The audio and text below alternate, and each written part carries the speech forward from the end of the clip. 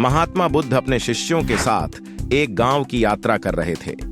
जैसे ही वे गांव के निकट पहुंचे, लोगों ने आकर बुद्ध को अपने जीवन की समस्याएं सुनानी शुरू की। किसी ने कहा, भगवान, मेरा पड़ोसी बहुत लालची है। किसी ने कहा, मेरा परिवार मुझे नहीं समझता। और कोई बोला, मुझे समाज में अपने लिए जगह नहीं मिलती।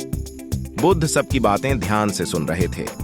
एक शिष्य, आनंद, जो हमेशा बुद्ध के पास रहता था, ने बुद्ध से पूछा, भगवान, ये लोग क्यों हमेशा दूसरों की गलतियां गिनाते रहते हैं? क्यों ये अपने भीतर झांकने के बजाय दूसरों पर ध्यान देते हैं? बुद्ध मुस्कुराए और बोले, आनंद, मनुष्य की सबसे बड़ी समस्या यही है कि वह अपनी कमजोरियों को पहचानने से बचने के लिए दूसरों की कमजोरियों पर ध्यान देता है। आत्मज्ञान का मार्ग तभी खुलता है जब हम दूसरों को देखने के बजाय खुद की ओर देखना शुरू करते हैं। महात्मा बुद्ध ने आनंद और गांव के लोगों को एक कहानी सुनाई। बहुत समय पहले एक शक्तिशाली राजा हुआ करता था। वह हमेशा अपने राज्य के लोगों के बारे में चिंतित रहता था। उसे लगता था कि हर कोई गलतियां कर रहा है और केवल वही सही है। वह हमेशा दूसरों को सुधारने की कोशिश करता, लेकिन कभी अपनी ओर नहीं देखता। एक दिन वह जंगल में गया और एक तपस्वी से मिला। तपस्वी ने राजा को देखा और कहा, राजन, तुम हमेशा दूसरों की गलतियों पर ध्यान देते हो, लेकिन क्या तुमने कभी अपनी ओर देखा है? राजा चौंक गया और बोला, मैं राजा हूं, मुझे सब कुछ पता है, मुझे किसी से सीखने की जरूरत नहीं। तपस्वी ने मुस्कुराकर कहा, अगर ऐसा है तो तुम्हें अपने जीवन में शांति क्यों नहीं मिलती? तुम दूसरों को सुधारने में लगे हो, लेकिन खुद का जीवन असंतुलित है। तुम्हें आत्म संयम और आत्म विजय की जरूरत है। राजा ने पहली बार सोचा कि शायद समस्या दूसरों में नहीं, बल्कि खुद में है। वह तपस्वी के चरणों में बैठ गया और अपने मन को शुद्ध करने का तरीका जानना चाहा। तपस्वी ने उसे आत्म अनुशासन और ध्यान का मार्ग दिखाया। धीरे धीरे राजा ने महसूस किया कि जब उसने खुद पर ध्यान देना शुरू किया, तो दुनिया के प्रति उसका दृष्टिकोण बदल गया। अब वह लोगों की गलतियों के बजाय उनकी अच्छाइयों पर ध्यान देने लगा। कहानी सुनाकर बुद्ध ने कहा, जो मनुष्य खुद पर ध्यान नहीं देता, वह दूसरों को सुधारने का अधिकार नहीं रखता। आत्मविजय ही सच्ची विजय है। दुनिया में कुछ भी स्थायी नहीं है, लेकिन अगर हम खुद पर काम करना शुरू करें, तो हम अपने जीवन में शांति और संतुलन पा सकते हैं। बुद्ध ने समझाया कि जीवन में समस्याएं हमेशा रहेंगी। लोग हमें निराश करेंगे, परिस्थितियां कठिन होंगी, लेकिन अगर हम अपनी ऊर्जा दूसरों पर ध्यान देने के बजाय खुद पर केंद्रित करें, तो हम हर स्थिति को बेहतर ढंग से संभाल सकते हैं। महात्मा बुद्ध का जीवन एक प्रेरणा स्रोत है। उन्होंने स्वयं कड़ी तपस्या और ध्यान के माध्यम से आत्मज्ञान प्राप्त किया। बुद्ध ने हमें सिखाया कि आत्म संयम और आत्म विकास से ही जीवन में स्थायी सुख प्राप्त किया जा सकता है।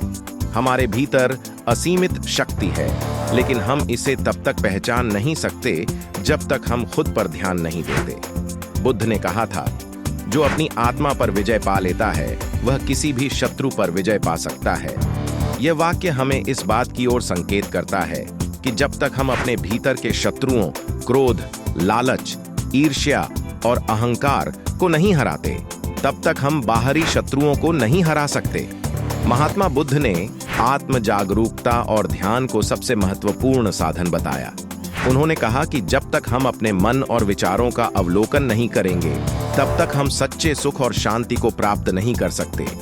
ध्यान के माध्यम से हम अपने विचारों को नियंत्रित करना सीखते हैं। जब हम ध्यान करते हैं, तो हम अपने भीतर की अस्थिरता और उथल-पुथल को शांत करने में सक्षम होते हैं। यह हमें इस बात की ओर ध्यान दिलाता है कि वास्तविक सुख बाहरी चीजों में नहीं, बल्कि हमारे भीतर ही है। ध्यान और आत्म जागरूकता का नियमित अभ्यास हमें आत्म संयम और आत्म विकास की दिशा में ले जाता है। महात्मा बुद्ध ने इस बात पर जोर दिया कि हम दूसरों को दोष देने की प्रवृत्ति से बचें। उन्होंने कहा कि जब हम अपनी गलतियों को नहीं स्वीकारते, तो हम दूसरों को दोष देना शुरू कर देते हैं। यह एक ऐसी प्रवृत्ति है जो हमें आत्मज्ञान से दूर ले जाती है। दूसरों की आलोचना करने से हम अपने अंदर की कमी को छुपाते हैं। बुद्ध ने कहा, दूसरों की गलतियां देखने से पहले अपनी गलतियां देखो, खुद को सुधारो और तब तुम दूसरों की मदद करने के योग्य बनोगे। बुद्ध का एक और महत्वपूर्ण उपदेश था कि हमें सकारात्मक दृष्टिकोण अपनाना चाहिए। उन्होंने कहा कि हम जिस तरह से दूसरों को देखते हैं वही हमारे जीवन का प्रतिबिंब है। अगर हम हमेशा नकारात्मकता और आलोचना पर ध्यान देंगे तो हमारे जीवन में भी केवल असंतोष और दुख ही रहेगा।